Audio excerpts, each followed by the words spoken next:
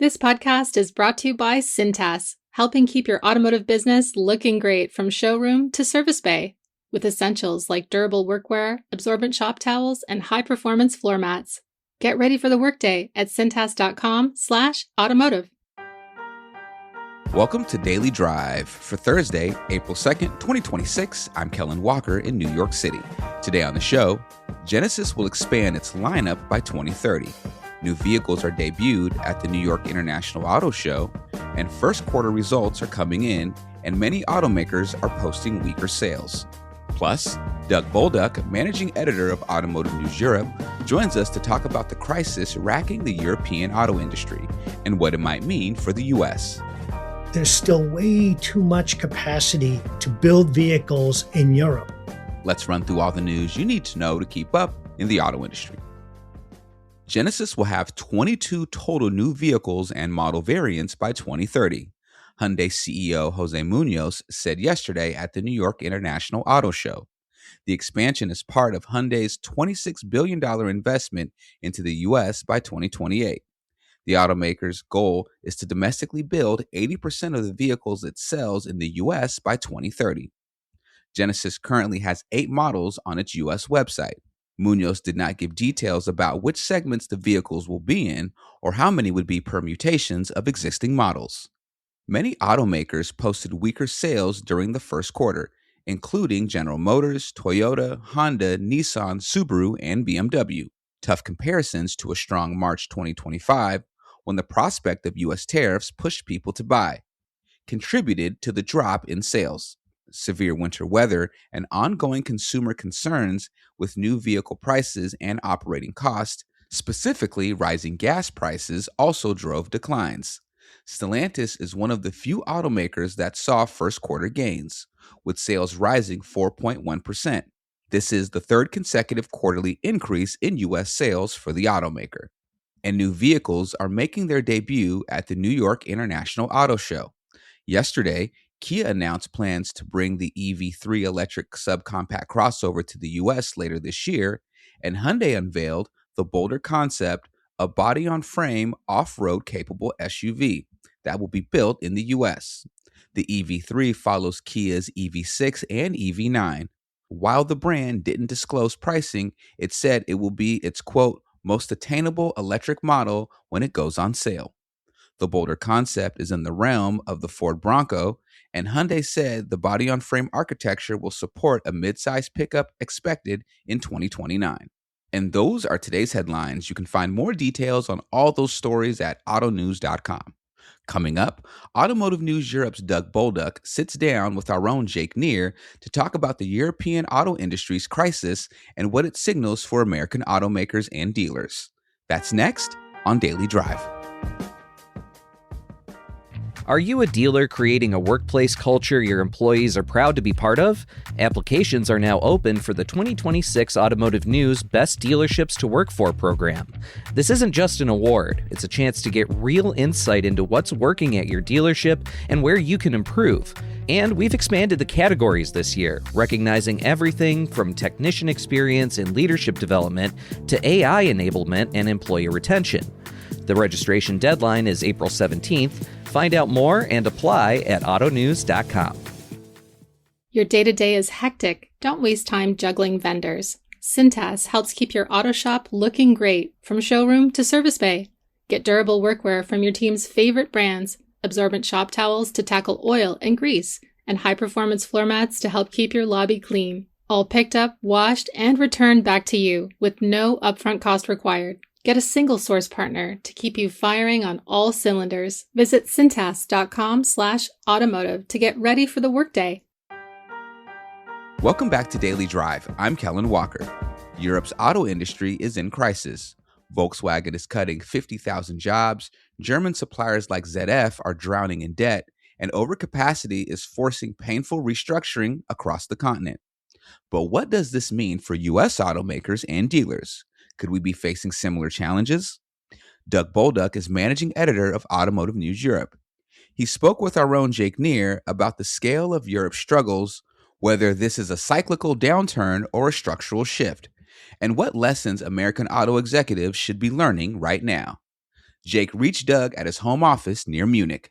Doug, always great to have you from Europe here. Join us on Daily Drive. Welcome. Thank you very much, Jake. Looking forward to speaking with you. So we've had a lot of news stories on the show recently about trouble in Europe. We've been reporting on Volkswagen cutting 50,000 jobs, ZF drowning in debt, other German suppliers really struggling. Paint the picture for us. How bad is it in Europe right now? And is this just a German problem or is this broader? Oh, no, Jake, this is really throughout Europe. You hear mostly about the German companies simply because they have such a dominant role. And they made a lot of very big moves and big bets as we started to see the world through very electrification driven eyes. And ZF as an example and Volkswagen as an example really pushed hard into that area. And then all of a sudden, the world started to change a little bit. And the other thing that's happened a lot to the Europeans is that they were strongly connected to China.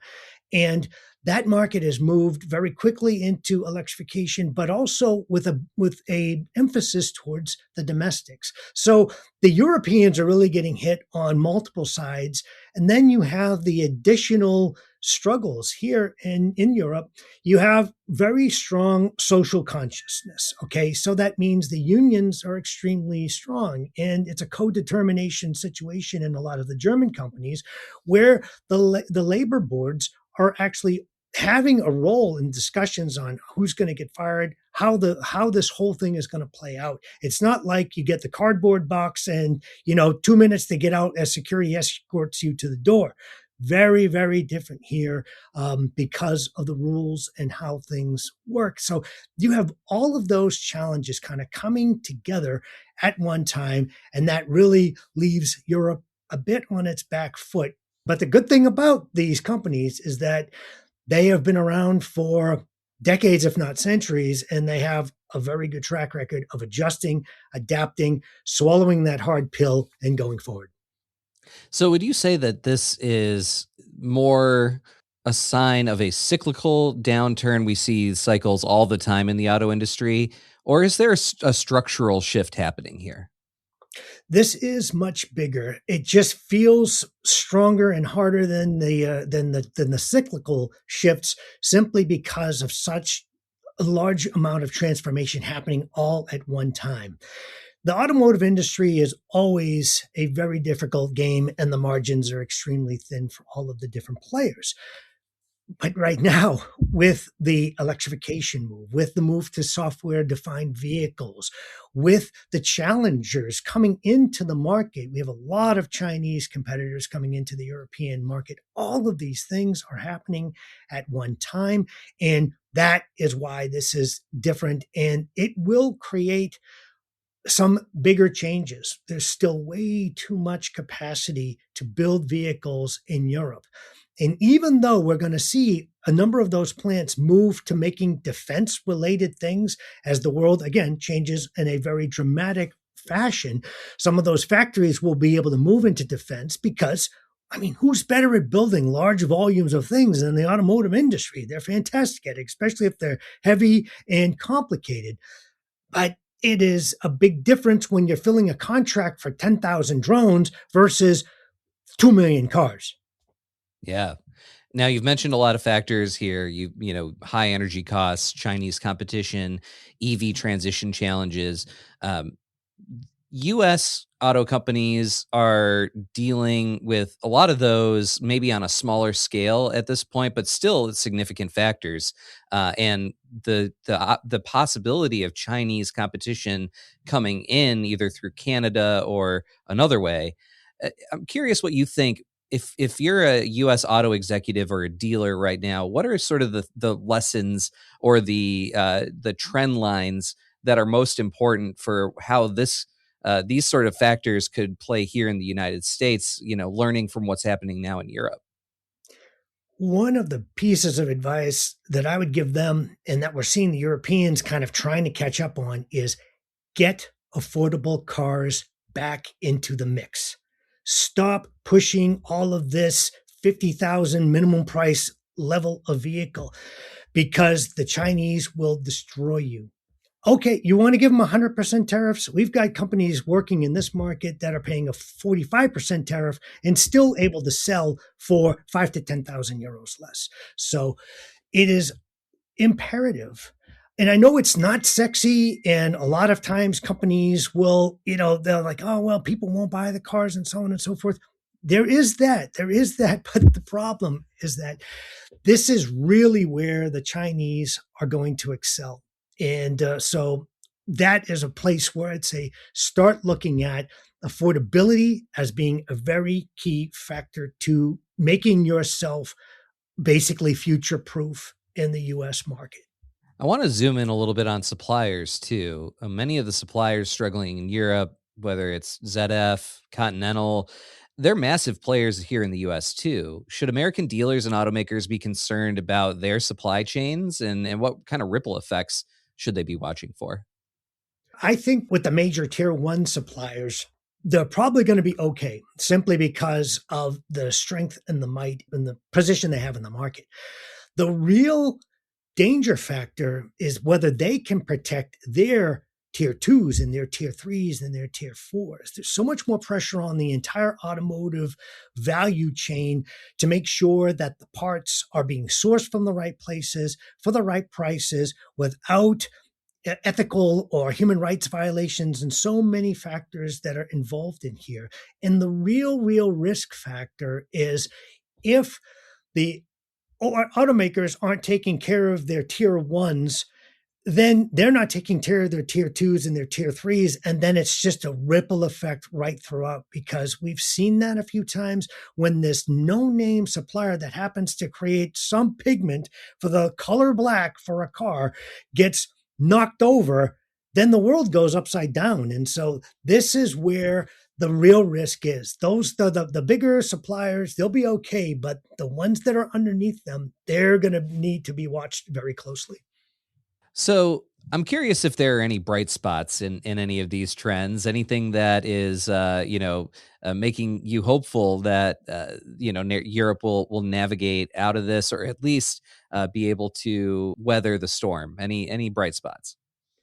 I think what will help them in the long run from a both automaker and supplier perspective is that emphasis that they're making on the electric vehicle.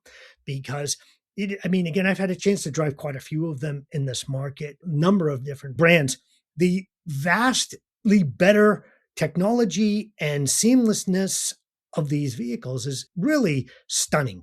I still own a combustion car, okay? Haven't made the switch altogether, but it's a lot less scary because the infrastructure is built out. So that's where I feel a little bit hopeful for them, because they are really producing some strong products, which there will be a need. Now, it's not going to, again, there's been this push. The wrong move was the push towards everything has to be electric. Nobody likes to be told what to do. However, when you find out, wow, this is so much better, then you go, this is a no-brainer. I want to do it. So it's that whole sort of discussion about, are you going to be forced into it, or will you discover it yourself? The quality of the products is a real, strong point. And we're seeing it, electric sales and EREVs and plug-in hybrid sales going up and up and up as the products have gotten better and better. So that's good news, because the only way the Europeans are going to continue to be able to compete and win is to have some of these electric cars do well in China.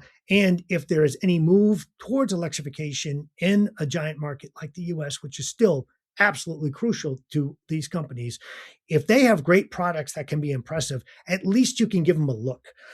If you don't want to switch and you want to still buy a combustion car, go ahead and do that. But boy, oh boy, especially when you've seen the iX3 from BMW and the XC60 from Volvo, these cars are really fantastic machines. Doug Bolduc, managing editor of Automotive News Europe, joining us from outside Munich. Doug, always wonderful to have you here on the show. Thank you so much. Thank you, Jake. That's a Daily Drive for today. I'm Kellen Walker. Thanks to Automotive News executive producer Jake Neer, as well as our own Riley Hodder, Lindsay Van Hully, David Phillips, and Richard Truitt for their reporting for today's podcast.